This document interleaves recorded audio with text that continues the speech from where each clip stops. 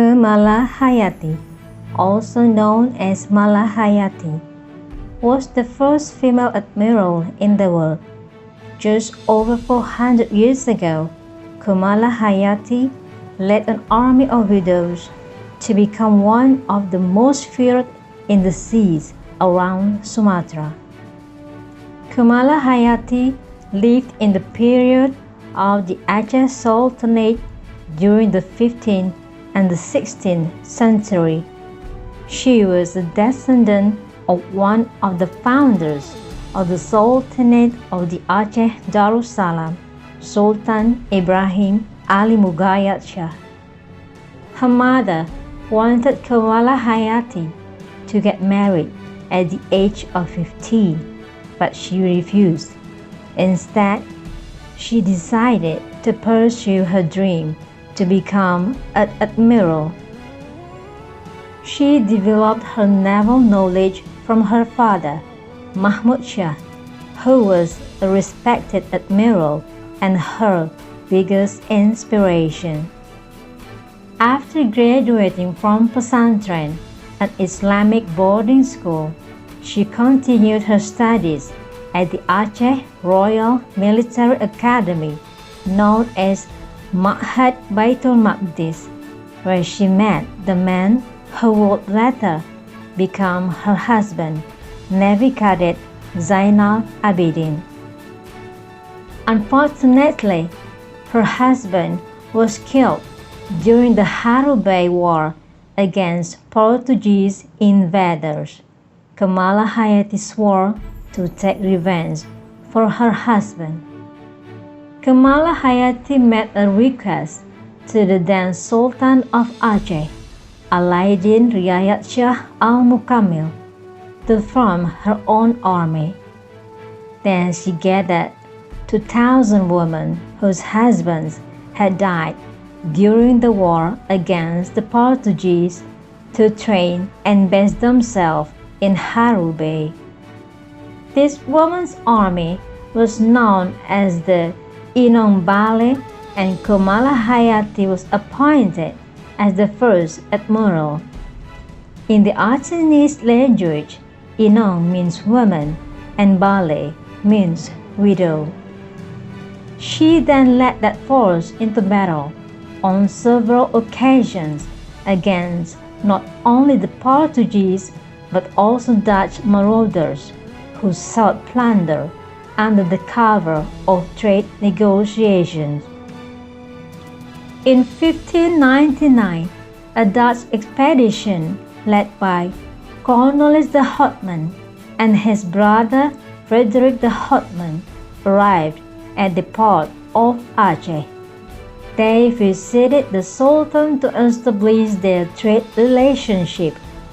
The Sultan had initially welcomed them with open arms, hoping to establish a good relationship with the Dutch. They were welcomed peacefully, but Cornelis brought a Portuguese as a translator, which was an insult against the Sultan. The conflict grew between them, and the Dutch decided to attack the Acehese. Keumalahayati led her Inong Balee army to fight the Houtman's forces. She succeeded to defeat the Dutch, killed Cornelis on September 11, 1599, and jailed his brother for 2 years. The Dutch Navy, led by Paulus van Caden, robbed an Aceh merchant ship of its paper on the Aceh coast and sank it. A year later, Admiral Jacob van Neck and his companions introduced themselves as merchantmen to buy paper.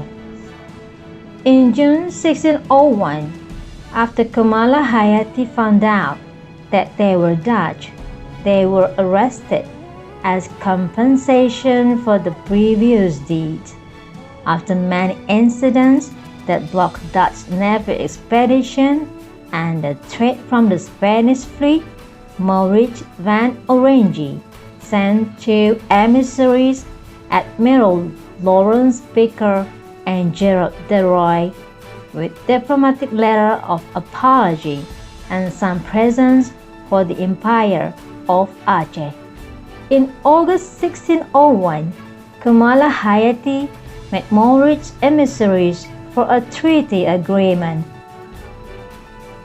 A ceasefire was agreed and the Dutch paid 50,000 guldens as compensation for Paulus van Caden's actions, while Keumalahayati released Dutch prisoners. Meanwhile, Keumalahayati was appointed as a troop commander and palace guard.